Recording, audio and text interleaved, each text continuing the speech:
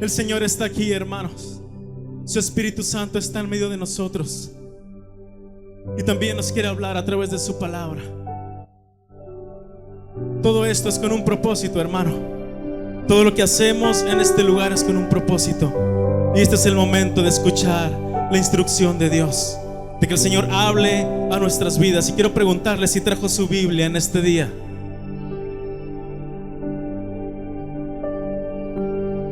Abra su Biblia, por favor, en la segunda carta del apóstol Pedro, capítulo 1, versículo 5.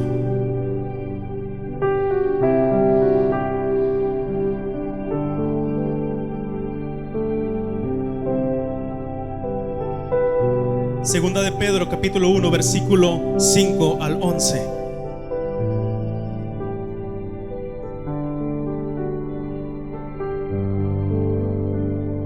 Segunda de Pedro, capítulo 1, versículo 5 al 11. ¿Ya lo tenemos, hermanos? Le voy a dar lectura. Me sigue con su vista atentamente, por favor. La palabra de Dios se lee en el nombre del Padre, del Hijo y del Espíritu Santo.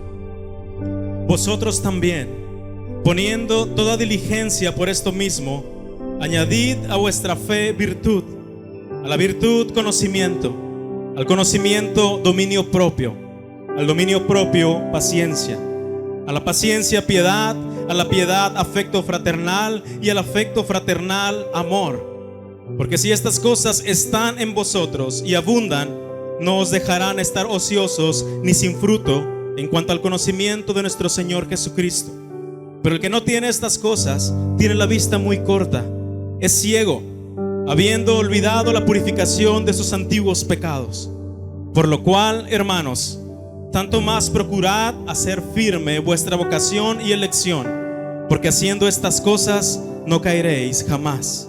Porque de esta manera os será otorgada amplia y generosa entrada en el reino eterno de nuestro Señor y Salvador Jesucristo. Amén. Puede tomar su lugar, por favor.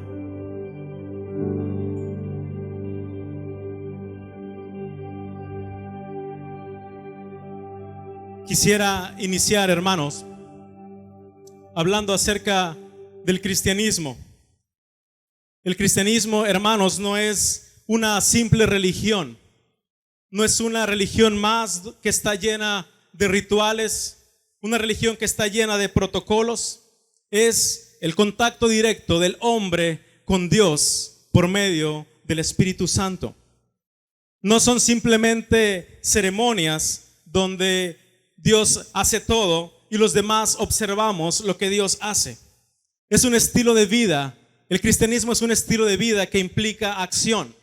Y nosotros, al formar parte del cuerpo de Cristo, como una iglesia, como un organismo vivo que somos, tenemos una función que cumplir, hermanos. Sin lugar a dudas, en el cristianismo hay una parte que Dios hace. Si no, no pudiéramos seguir adelante, simple y sencillamente. Hay una parte que Dios hace. Esa parte difícil, la imposible. Aquellas cosas que se salen de nuestras manos, esas cosas que van más allá de nuestra naturaleza, esas cosas de escenarios que van más allá de lo que usted y yo pudiéramos hacer como seres humanos. Pero hay una parte que Dios hace, pero también hay otra que nos corresponde hacer a nosotros. No podemos sentarnos en el sillón esperando que Dios nos use y esperar que Dios haga algo. No podemos ir por la vida esperando que sin hacer algún esfuerzo, un buen día, quizá una noche de repente nos fuéramos a dormir y al despertar ya fuéramos hombres y mujeres espirituales que el Señor está listo para usar y la cual sus vidas impactan a su alrededor. Hoy en día, hermanos, se ha prostituido tanto el evangelio que se venden cosas fáciles, y el cristianismo o el intento de cristianismo ha optado por un camino fácil, porque muchos hombres y mujeres han aprovechado la pereza de muchos, han aprovechado la falta de compromiso de mucha gente para vender un cristianismo hecho a la medida.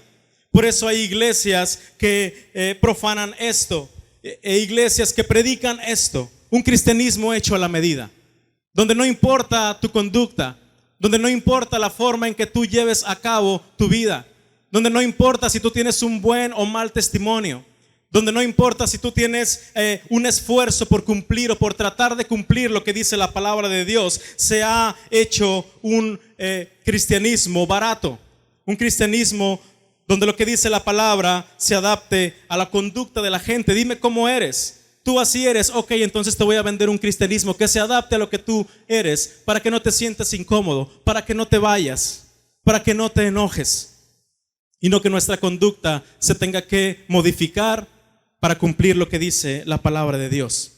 ¿Y quién no va a querer un evangelio así?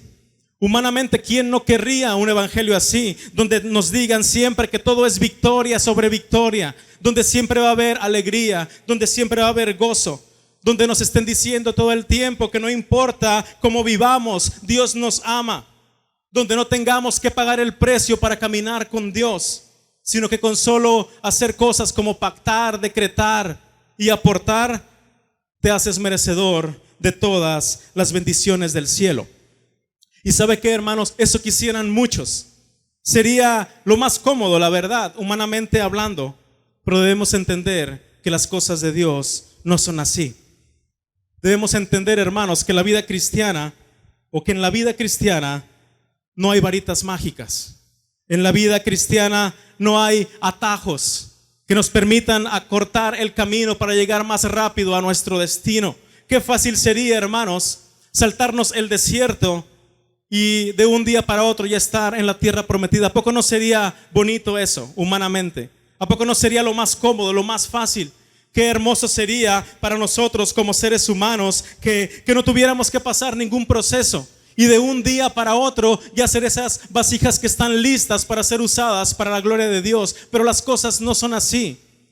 Imagínense cómo hubiera deseado aquel pueblo de Israel que iba saliendo de la esclavitud de Egipto, si no hubiera tenido que pasar 40 años en ese proceso en el desierto y que Dios les hubiera dicho: bueno, ya cruzamos el Mar Rojo, ahora estamos listos para entrar a la tierra que yo les he prometido.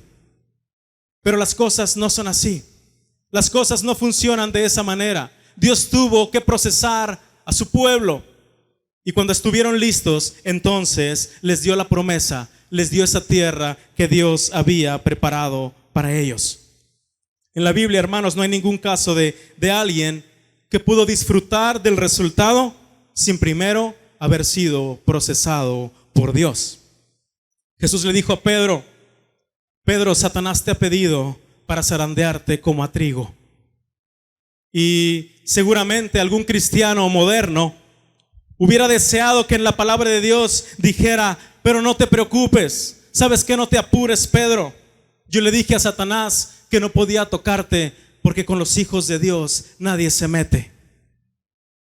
Quizá muchos desearían que la palabra de Dios dijera eso, pero sabemos que Jesús le dijo: pero yo he rogado al Padre para que tu fe no falte. No le evitó el proceso a Pedro. Y por eso se llama precisamente el camino de la fe, hermanos. Por eso estamos en esta senda. Por eso estamos en este camino conocido como el camino de la fe. Porque no hay casualidades. Porque las cosas no ocurren solo porque sí, hermanos. Absolutamente todo lo que ocurre en el camino de Dios tiene un propósito. Dios tiene planes. Dios no improvisa. Dios no anda viendo qué va a hacer con nosotros. Dios ya sabe lo que va a hacer con usted y lo que va a hacer conmigo. Dios tiene planes de los cuales nosotros somos parte. ¿Cuántos dan gloria a Dios? Porque somos parte de los planes de Dios.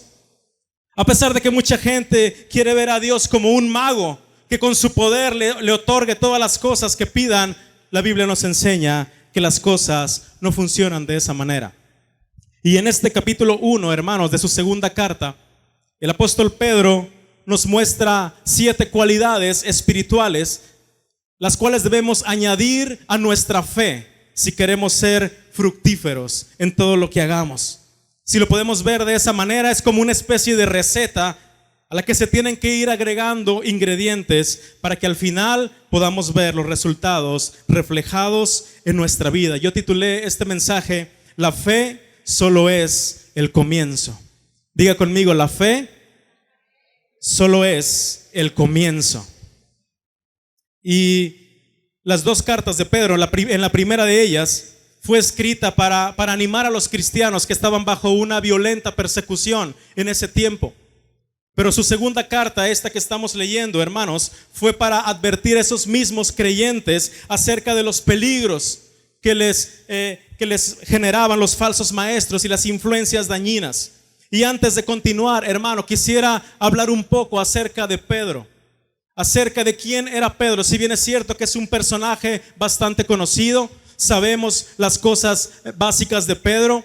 Sabemos que fue uno de los 12 discípulos, uno de los 12 apóstoles, pero quisiera que entráramos un poco más allá en la personalidad de Pedro, porque conociendo cómo era Pedro nos va a servir para entender lo que vamos a ver un poco más adelante.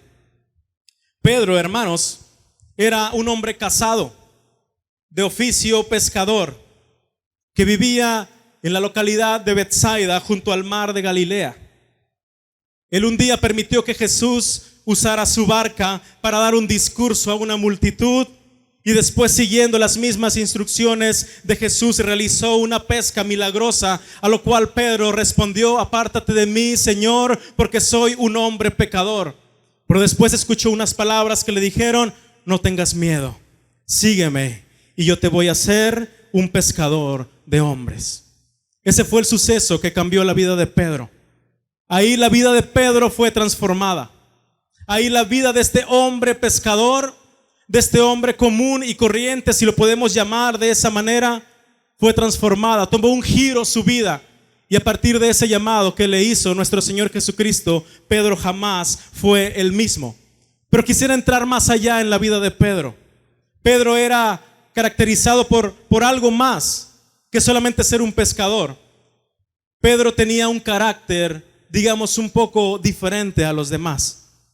Era un carácter muy particular, muy singular. Era un hombre arrebatado, un hombre impulsivo que se dejaba llevar por sus emociones. Era una persona que era totalmente directa, que iba de frente siempre. Era muy dinámico. Jamás vamos a ver a Pedro sentado, jamás vamos a ver a un Pedro que estuvo esperando a ver qué iba a pasar. Pedro siempre fue muy dinámico. Pedro era de esas personas que les gustaba contestar siempre antes que los demás. ¿Conocemos a alguien así? A esas personitas, esos hermanitos, hermanitas que le preguntan algo a alguien y siempre contestan antes que los demás. ¿Conocemos a alguien así? Pues así era Pedro, hermanos. Pedro le gustaba hablar mucho. Era muy preguntón. ¿Cuántos preguntones habemos aquí? Pedro siempre cuestionaba todo. El evangelio está lleno de preguntas de Pedro. A Jesús siempre le estaba preguntando. Hablaba demasiado Pedro. Se dice que los evangelios relatan más palabras de Pedro que de los otros 11 discípulos juntos. Ese era Pedro. Entre sus particularidades, conocemos que una vez cortó una oreja por esas mismas emociones. Era un hombre que no negó una ni dos veces a Jesús, sino que lo hizo hasta en 3 ocasiones. Y analizando todas estas cosas, pudiéramos concluir que Pedro tenía muchos defectos. Tenía bastantes defectos. Si lo analizamos fríamente y hasta con un ojo religioso, con un ojo juzgador, pudiéramos ver que Pedro estaba lleno de defectos, de cosas que le impedían quizás ser usados por Dios. Pudiéramos ver que Pedro se parece quizá en algunas o muchas cosas a nosotros. Estaba lleno de defectos, pero ¿sabe qué? Este hombre tenía algo especial. Pedro tenía algo especial. Cuando Jesús le preguntó a sus discípulos: ¿quién dicen los hombres que soy? ¿Quién dice la gente que soy? Y le empezaron a decir que unos decían que era Juan el Bautista, otros le decían Elías o algún otro de los profetas. Pero cuando Jesús les preguntó directamente a los 12: ¿y ustedes quién dicen que soy? Mientras los demás guardaban silencio, Pedro tuvo la sensibilidad de decir: tú eres el Cristo, el Hijo del Dios viviente. Cuando el Señor Jesucristo ascendió y comenzó la etapa conocida como la iglesia primitiva, Pedro fue uno de los grandes hombres que impulsaron a la iglesia cristiana. Según relata el libro de los Hechos, Pedro era menospreciado por los principales de las sinagogas. Por los judíos religiosos de aquel tiempo le decían que era un hombre sin letras y del vulgo. O sea, se burlaban de él diciéndole que era un ignorante y que pertenecía a la clase más baja. Pero también había algo que nadie podía negar, hermanos, que ese pescador sin letras estaba lleno del poder de Dios. Los mismos religiosos no podían explicarse cómo cuando este iletrado predicaba, miles y miles de personas se convertían. Y reventaban de coraje cuando veían que este hombre caminaba por las calles y simplemente con su sombra iba sanando a los enfermos. Ese era Pedro, un hombre sin letras y del vulgo, pero que hoy, más de 2000 años después, seguimos leyendo sus cartas que alientan nuestras vidas. Ese era el apóstol Pedro. Y volviendo un poco a lo que dijimos al inicio, hermanos, dijimos que en la vida cristiana hay una parte que le corresponde a Dios y hay otra parte que nos corresponde hacer a nosotros. ¿Y sabe qué? Definitivamente Dios ya hizo su parte. ¿Qué hizo Dios por nosotros, hermanos? ¿Qué hizo? Envió a su Hijo Jesucristo a morir por nosotros. Dios ya hizo su parte. Esa parte difícil, esa parte imposible, esa parte que nadie podía arreglar. Dios vio la condición del mundo, Dios vio su condición y la mía, y entonces tuvo que hacer algo. Había una grieta, había una brecha, algo que nos separaba de Dios, y Dios tuvo que enviar un mediador que reconciliara esa relación. Por eso, siendo enemigos de Dios, fuimos reconciliados con Él por medio de nuestro Señor Jesucristo. Esa es la obra de Dios, hermanos. Eso es lo que ninguno de nosotros hubiera podido hacer. ¿Quién de nosotros hubiera podido haber reconciliado la relación entre Dios y la humanidad? Pero este pasaje que leímos, hermanos, nos dice que hay una parte que también tenemos que hacer nosotros. Este pasaje dice: vosotros también, poniendo toda diligencia. Y el apóstol Pedro se dirige a nosotros y dice: ustedes también. O sea, Dios hace y Dios hizo y Dios seguirá haciendo, pero vosotros también. Ustedes también tienen que poner toda diligencia, y desde ahí, hermanos, ya hay una tarea asignada, ya hay una acción que debemos hacer. Nos pide que pongamos atención, que tengamos prestancia, que llevemos a cabo algo, un actuar dentro de nosotros.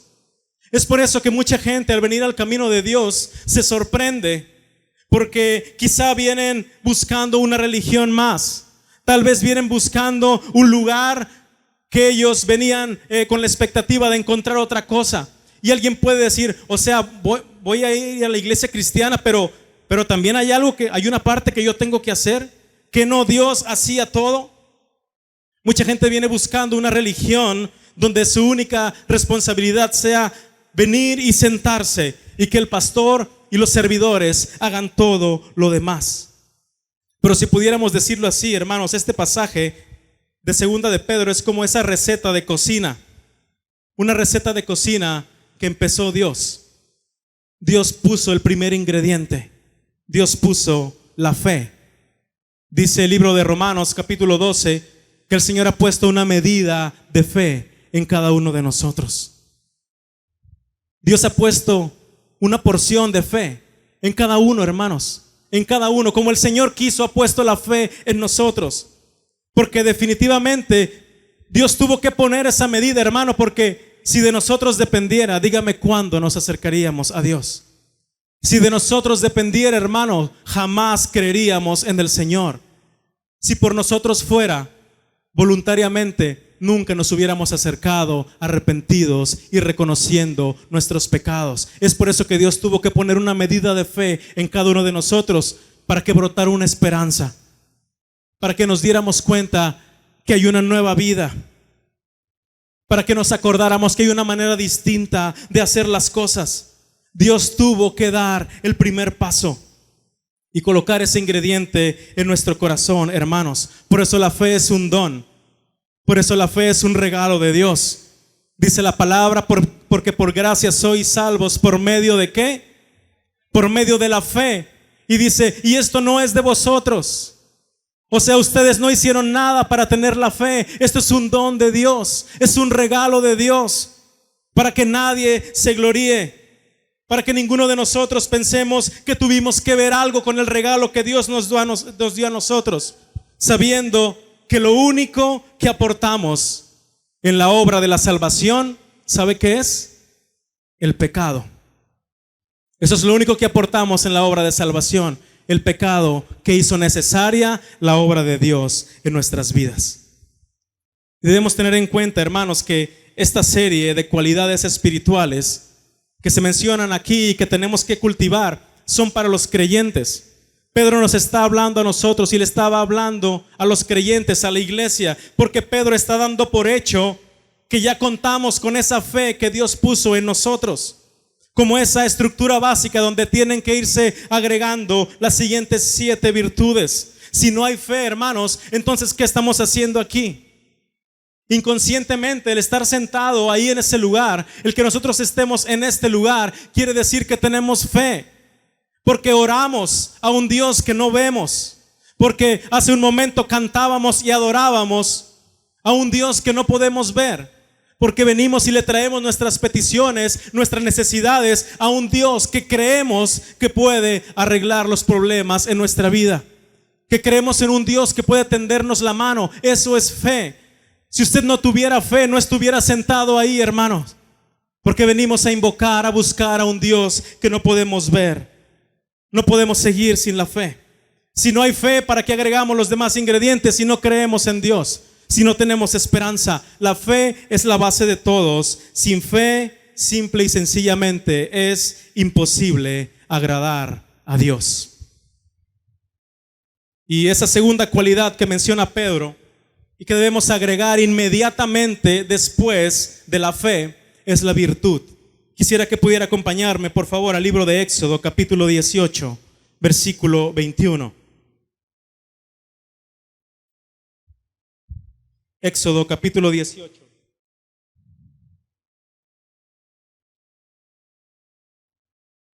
Versículo 21.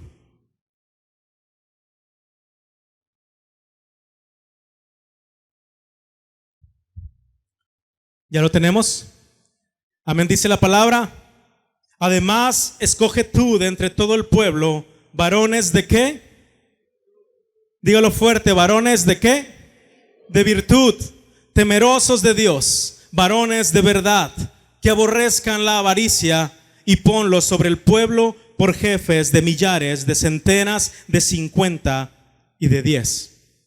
La virtud, hermanos, es una cualidad que le permite a una persona tomar decisiones correctas aún en las situaciones más difíciles.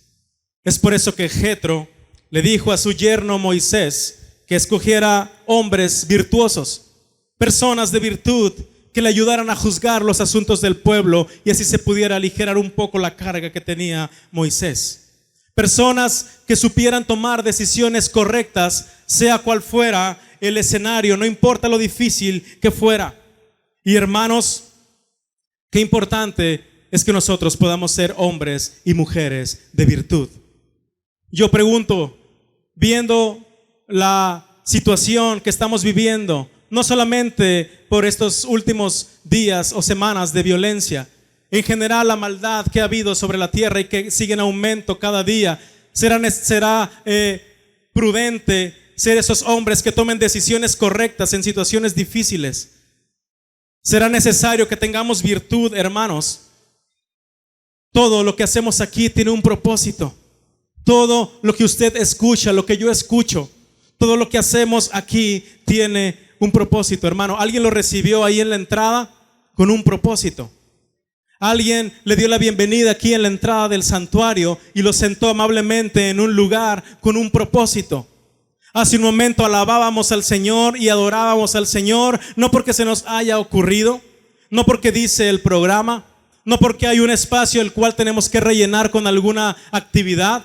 Todo lo que hacemos aquí es con un propósito. Y en este momento, hermanos, estamos escuchando el consejo de la palabra con un propósito. ¿Sabe cuál es ese propósito?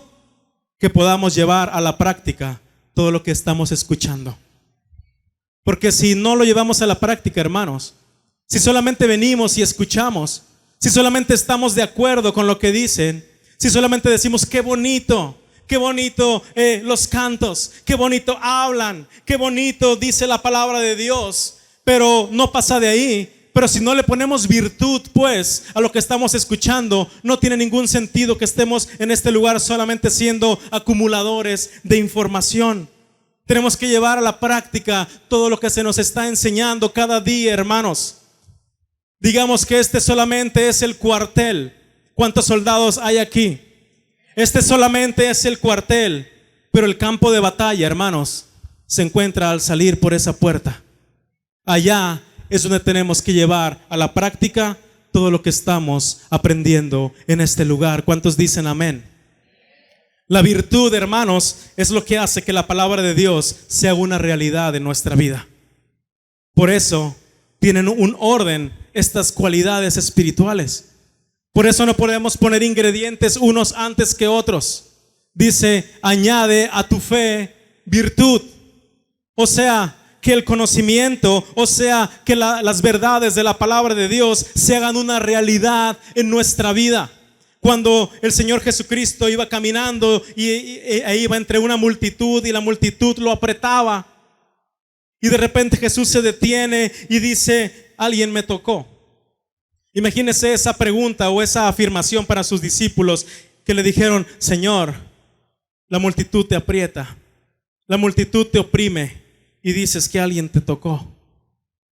Y dijo Jesús, alguien me tocó porque yo sentí que salió virtud de mí.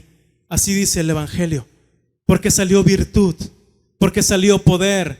O sea, Jesús estaba diciendo, a alguien se le hizo realidad en su vida la palabra de Dios. Alguien tenía fe y recibió la virtud y recibió la verdad reflejada en su vida. Cuando Jesús fue cuestionado por un intérprete de la ley que le preguntó qué debía hacer para heredar la vida eterna, después de que Jesús le relata la parábola del buen samaritano, le dijo, ¿cuál de los tres personajes actuó mejor? Y el hombre le dijo, el que hizo misericordia con él. Entonces Jesús le dijo, ahora ve y haz tú lo mismo. En pocas palabras le estaba diciendo, ya te enseñé, pero ahora ve a practicarlo. Ya despertó en ti la fe, ahora ponle virtud. Se nos ha enseñado y se nos sigue enseñando cada día, y cada día seguiremos aprendiendo, hermano. Pero ¿sabe qué? Tenemos que ponerle virtud a todo lo que nosotros hagamos. Dile al que está a tu lado, ponle virtud. Ponle virtud, lleva a la práctica. La virtud es remar contra la corriente, hermanos. Un hombre virtuoso es aquel que puede remar contra la corriente, porque los que son arrastrados por la corriente ya hay muchos. Ya no necesitamos de esos. Necesitamos, Dios necesita personas que podamos remar contra la corriente del mundo. ¿Será fácil remar contra la corriente del mundo? Por supuesto que no. No es fácil, hermano. Lo más sencillo es dejarnos llevar por lo que el mundo dicta. Lo más sencillo es dejarnos ir por las tendencias, por las modas, por las famas, por las leyes y por todo lo que implica estar en el mundo, hermanos. Pero el virtuoso es aquel que ve que aunque todos van para acá en una misma corriente, el virtuoso va para el otro lado y va esforzándose, va remando contra la corriente y va jalando a su familia y va diciendo, no importa. Aquel que le dice a sus hijos, no importa que lo que les enseñen en la escuela, aquel que le dice a su esposo o a su esposa, no importa lo que nos están diciendo las leyes, los legisladores, no importa lo que las modas digan, nosotros vamos a remar contra la corriente. Esos hombres y mujeres virtuosos son los que necesita el Señor y son los que necesita nuestra ciudad. Esos hombres virtuosos. Una persona virtuosa es aquella que sabe sacar adelante cualquier problema. Una persona virtuosa es aquella que tiene muchas cualidades, pero no solamente que tiene muchas cualidades, sino que esas cualidades las pone en práctica. Porque conocemos, yo creo, a más de alguno Gente que tiene demasiadas cualidades. ¿Cuántos conocen a personas que dicen, de verdad tú tienes tantas cualidades, tienes tantas habilidades, tienes tantos dones, tantos talentos que el Señor te ha dado, y llega a frustrar un poco sabiendo que esa persona que puede estar incluso lleno de cualidades no las pone en práctica, no las lleva a cabo, no les pone virtud, pues se queda solamente con lo que Dios le ha dado, pero no lo lleva a su vida diaria. El tercer ingrediente que menciona Pedro es el conocimiento. Pero no ese conocimiento que envanece, hermanos. No ese conocimiento que alguien se sienta superior a los demás. No ese conocimiento que dice, yo he leído tantos libros y tú cuántos has leído. No ese conocimiento que dice, yo tengo tantos cursos e institutos y tú cuántos tienes. No ese conocimiento, hermanos, sino un conocimiento de Dios y de su voluntad. Un conocimiento que es adquirido directamente de la fuente de conocimiento que es la palabra de Dios. Por lo tanto, hermanos, tenemos que ir a la Biblia si queremos tener conocimiento de Dios y también de su voluntad. Por eso se nos ha dicho y se nos seguirá diciendo siempre que es necesario leer la palabra de Dios. Diga, voy a leer la palabra. Pero ¿sabe qué, hermano? No solamente hay que leerla, también hay que meditarla. Diga, voy a meditar la palabra. Pero ¿sabe qué? No solamente hay que meditarla. Diga conmigo, voy a retenerla. Pero aún más, hermano, que todo esto, lo más importante es que tenemos que aplicarla a nuestra vida. Diga con fe, voy a aplicarla. Tenemos que ponerle virtud a ese conocimiento. Porque a mayor conocimiento de Dios, hermanos, también va a ser mayor el grado de servicio a los demás. Para eso es el conocimiento, para ponerlo al servicio de los demás. Les dijo Jesús a sus discípulos, si alguno quiere ser el mayor, tendrá que ser el servidor de todos. Para eso es el conocimiento. Y quisiera ir un poco rápido en las demás cualidades, porque quiero llegar a algo al final, hermano. Dice este pasaje que también debemos añadir dominio propio, un fruto del Espíritu. Y el dominio propio, hermanos, significa que nosotros controlamos nuestros pensamientos, nuestros sentimientos y nuestras emociones en lugar de que ellos nos controlen a nosotros. Eso es dominio propio. Significa que nos tenemos que esforzar, y vuelve otra vez la parte que nos corresponde a nosotros. ¿Cómo? O sea, Dios no va a hacer todo por mí. Por supuesto que no. Dios ya hizo la parte difícil, la imposible, la que no podíamos hacer, pero tenemos que esforzarnos, obviamente con la guía y con la fuerza de Dios, para no volver a pecar, para vivir apartados del pecado, hermanos. Y sigue diciendo Pedro, al dominio propio añádele también otro fruto del Espíritu, que es la paciencia. La paciencia, hermanos, que es esa cualidad de resistir con firmeza a pesar de las adversidades. ¿Será fácil resistir con firmeza en las adversidades, hermano? ¿Será fácil resistir? ¿Será fácil estar en medio de una tempestad y no moverse? Cierto buque naufragó en alta mar y quedó por ahí un sobreviviente que se sostenía de unas rocas que había en medio del mar, y duró ahí por varios días hasta que finalmente fue rescatado. Uno de sus amigos que fue en esa misión de rescate lo subieron y lo cobijaron y le dijo: amigo mío, ¿no temblabas de miedo todos estos días? ¿No te estremecías? Y le dijo: sí temblaba, sí me estremecía, sí me movía mucho. Pero ¿sabes qué? La roca de la que estaba agarrado no se movió ni un centímetro. Cuando nosotros aprendemos a resistir en medio de la tormenta, abrazados de la roca inconmovible que es nuestro Señor Jesucristo, vamos a aprender que sí se puede esperar con paciencia, que sí se puede resistir en medio de la tribulación. La paciencia es eso que nos hace creer que podemos esperar la respuesta o que la respuesta que sea, que venga de parte de Dios, es lo mejor para nosotros. Y eso no es fácil, hermano, porque nosotros nos aferramos a algo muchas veces y le decimos, casi pidiéndole al Señor, Señor, yo necesito esto. No necesito lo que tú me quieres dar, yo necesito específicamente esto. Señor, yo te pido por este trabajo. Señor, yo te pido por esta persona. Porque yo quiero este trabajo, porque yo la quiero a ella, porque yo lo quiero a él. Pero la paciencia nos hace esperar en Dios, sabiendo que cual sea la respuesta que venga de parte de Dios es lo mejor para nosotros. Pero no es fácil de entender. Suena muy bien, hermanos, suena muy bien, pero quizás sea una de las cualidades más difíciles de desarrollar. ¿Cuántos impacientes habemos aquí? ¿Cuántos impacientes en proceso de ser pacientes habemos aquí? Dice la palabra que la paciencia es producto ¿de qué? Es producto de la tribulación, dice la palabra. Entonces, cuando nosotros le estamos pidiendo al Señor que nos haga pacientes, adivine qué le estamos pidiendo en realidad. En realidad le estamos pidiendo que envíe tribulaciones a nuestra vida. ¿Cuántos quieren ser pacientes? Porque la paciencia no va a brotar así por nomás, hermano.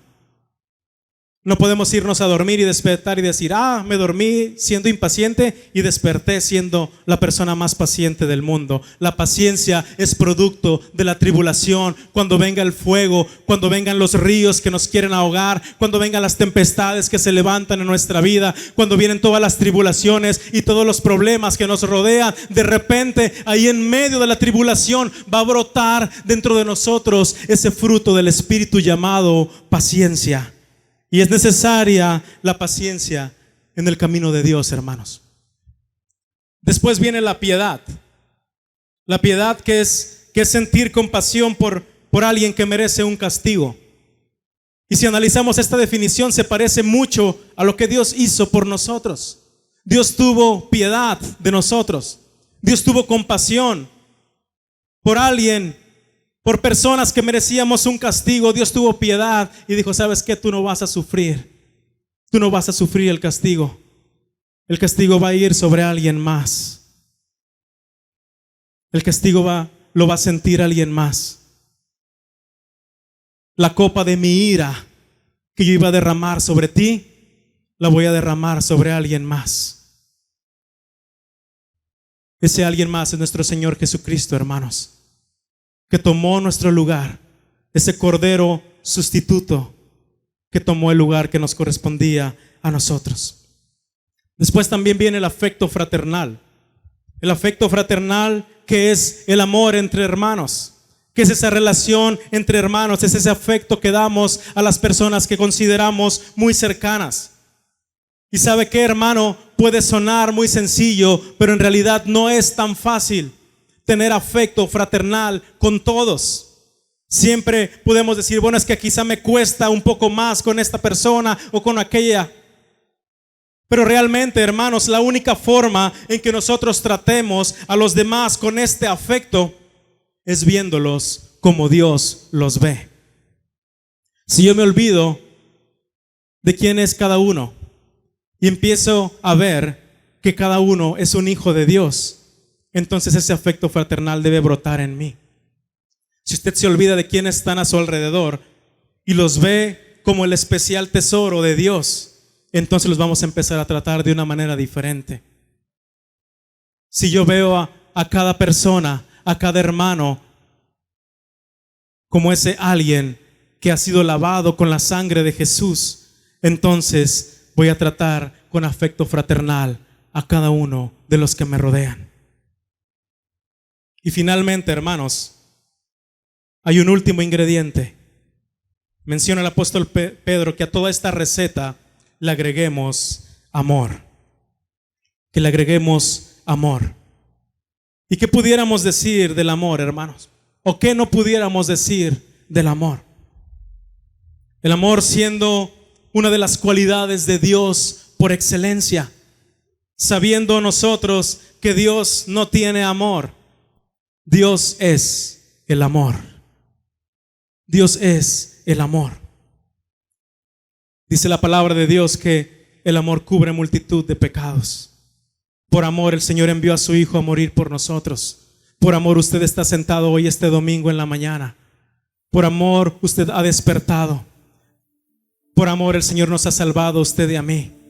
El amor es el vínculo perfecto, dice la palabra de Dios. Es lo que nos une de una manera perfecta. El amor es lo que nos une, lo que nos vincula con Dios. El amor es lo que nos une con nuestros hermanos de la congregación. El apóstol Pablo le escribió una carta, su primera carta a los Corintios, porque había llegado a sus oídos rumores de que los corintios se estaban peleando por los dones. Estaban confundidos, estaban quizá envidiando lo que otros tenían. Había una especie de desorden ahí en la iglesia de los corintios, y Pablo tuvo que escribirles una de sus cartas. Y en una de sus cartas les dijo, viendo la situación que estaban atravesando, y les dijo: hermanos, deben de entender que Dios da los dones como Él quiere. Deben de entender que Dios los da así. A uno los hizo apóstoles, a uno los hizo profetas, otros maestros, otros hacen milagros. Todos tenemos dones diferentes, pero todos formamos parte del mismo cuerpo.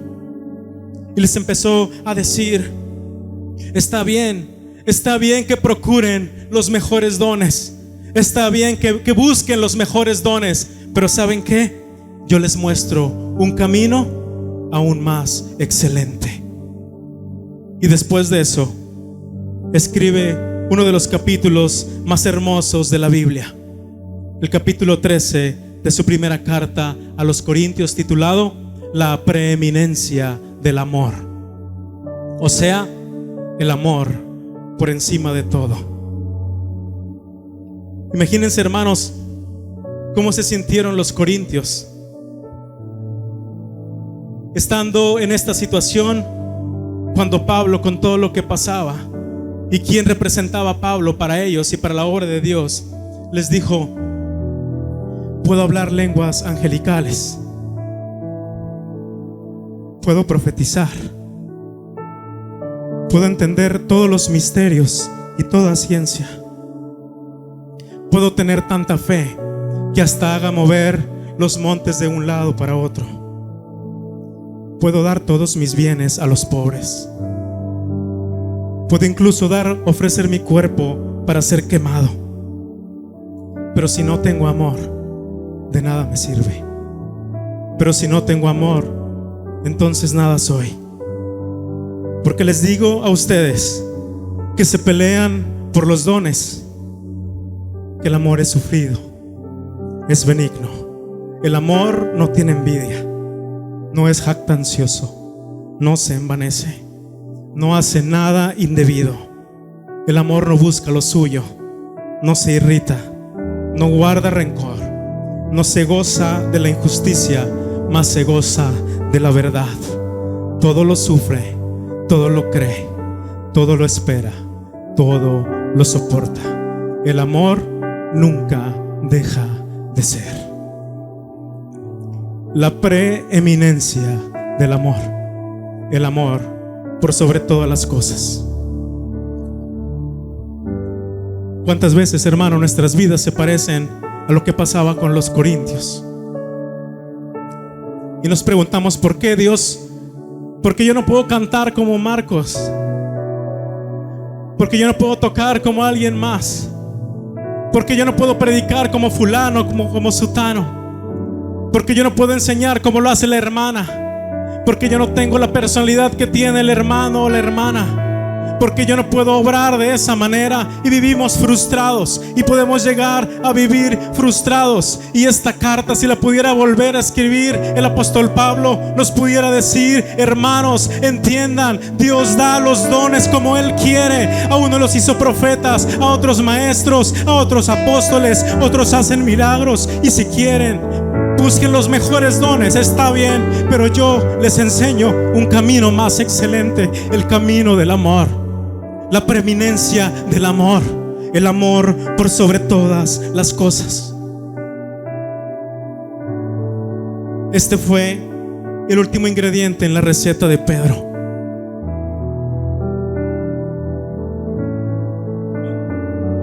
que en los siguientes versículos, hermanos, nos dice para qué sirve estas cualidades. Quisiera que regresáramos a nuestro pasaje inicial, por favor, segunda de Pedro 1, del 8 al 11, a partir del versículo 8, por favor.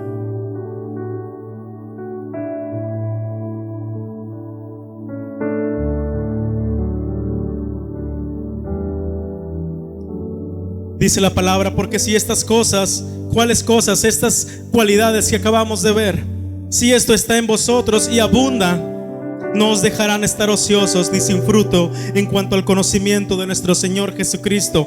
Pero el que no tiene estas cosas tiene la vista muy corta, es ciego, habiendo olvidado la purificación de sus antiguos pecados. Por lo cual, hermanos, tanto más procurad hacer firme vuestra vocación y elección, porque haciendo estas cosas no caeréis jamás, porque de esta manera os será otorgada amplia y generosa entrada en el reino eterno de nuestro Señor y Salvador Jesucristo. En este pasaje, hermanos, el apóstol Pedro nos dice que esta receta sirve para tres cosas. La primera, para que no estemos ociosos ni sin fruto. La segunda, para que no caigamos jamás. Y la tercera, para que tengamos una amplia y generosa entrada en el reino de nuestro Señor Jesucristo. Acabamos de ver en mensajes pasados acerca de la higuera estéril y las consecuencias que hay para aquellos que no dan fruto. Y sabe que, hermano, habiendo estudiado esto, ahora podemos entender por qué dentro del cristianismo hay tanta gente ociosa y que no produce fruto alguno. ¿Sabe por qué? Porque se han quedado solamente con la fe, porque se han quedado solamente en el primer ingrediente, ignorando que la fe solo es el comienzo y la fe es un don de Dios, pero tenemos que añadirle más ingredientes espirituales. Habiendo aprendido esto, hermano, ahora podemos entender también por qué existen tantas caídas dentro del pueblo de Dios, porque pensamos que con la fe es suficiente, sin saber que también requiere un esfuerzo de nuestra parte. Por eso escribió el apóstol Pedro: ustedes también pónganle diligencia y no se queden solamente con la fe que Dios les ha dado.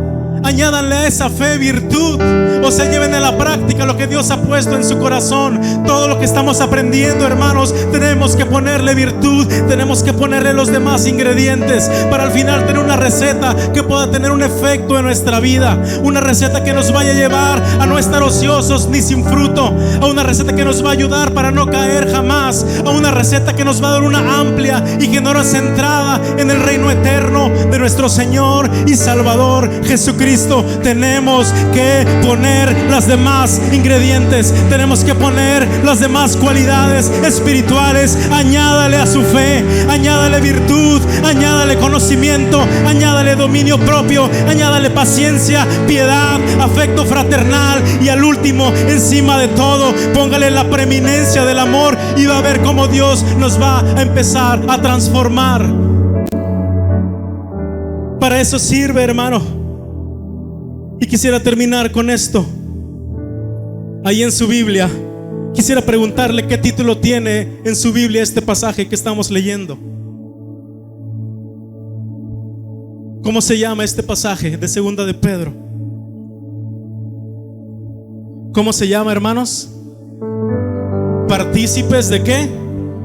De la naturaleza divina. Cuando recibimos a Jesús como nuestro Salvador, estamos siendo adoptados en una nueva familia. Hemos nacido de nuevo y ahora tenemos una nueva naturaleza. Esa es una verdad, eso lo dice la palabra de Dios. Ahora, de ser hombres y mujeres que estábamos enemistados con Dios, de pronto nos damos cuenta que nos fue dada una naturaleza divina de repente, y nos alegramos, hermanos. ¿A poco no nos alegra ser partícipes de una naturaleza divina? Nos alegra tener esa nueva naturaleza en nosotros. Sin embargo, hermanos, a veces se nos olvida que el tener una nueva naturaleza no solamente nos da enormes privilegios y bendiciones, sino que también aparte de esos privilegios y bendiciones, esa misma naturaleza nos hace partícipes de los padecimientos de nuestro Señor Jesucristo. Esa parte también nos toca, aunque a muchos no nos guste.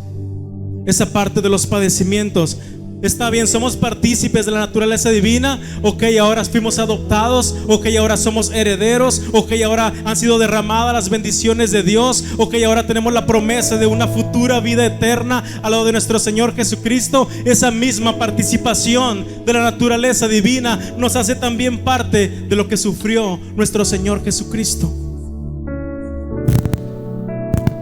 Para Pedro, hablando específicamente, el hacer firme su vocación, hermanos, el hacer firme esta vocación, como lo dice el versículo 10, lo llevó a no caer jamás. Pedro hizo firme su vocación y elección y lo llevó a no caer jamás. Pero ¿sabe qué? ¿A dónde también lo llevó? A ser un mártir de la iglesia. Para Pedro, esa amplia y generosa entrada en el reino eterno de Jesucristo fue a través de una terrible crucifixión. Cuando en la ciudad de Roma estaba siendo martirizado en sus últimos momentos por causa del evangelio y lo sentenciaron a la cruz, Pedro dijo que no era digno de morir igual que su Señor y pidió que lo crucificaran con la cabeza hacia abajo. Esa era su amplia y generosa entrada en el reino eterno de Jesús. ¿Cuántos queremos hacer firme nuestra vocación? ¿Cuántos queremos hacer firme nuestra elección? ¿Cuántos queremos ser partícipes de la naturaleza divina? Aunque sea sentenciados a la cruz, hermano,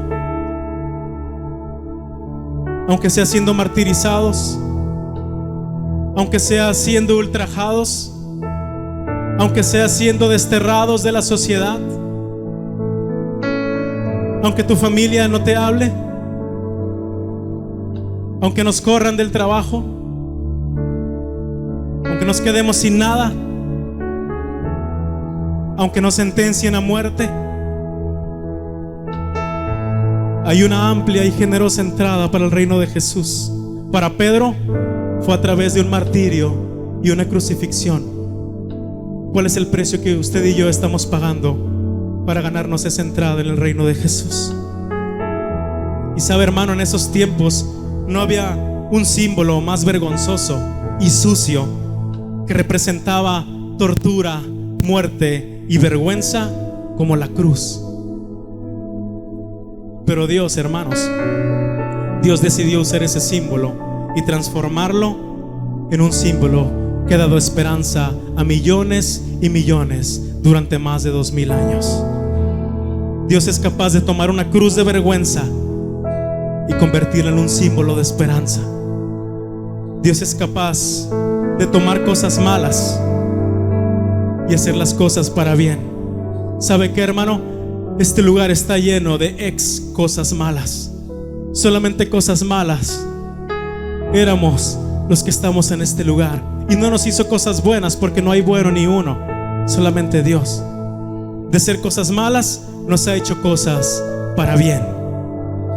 Ese es el propósito y ese es el plan de Dios para cada uno de nosotros. Siendo nosotros de lo más vil y menospreciado, ahora somos participantes de la naturaleza de Dios. El Señor ya hizo la parte difícil, hizo la parte imposible, hizo aquello que usted y yo no podíamos arreglar. Dios restauró la relación entre nosotros y Él ya hizo eso. Pero ¿sabe qué, hermano? La fe solo es el comienzo. La fe solamente es el inicio. La fe no la hizo usted. La fe no la puso Dios con una medida para cada uno de nosotros. A esa fe tenemos que añadirle los demás ingredientes espirituales. Tenemos que añadirle las demás cualidades espirituales que hemos visto y que nos ha enseñado en la segunda carta el apóstol Pedro en esta mañana. Póngase de pie, por favor.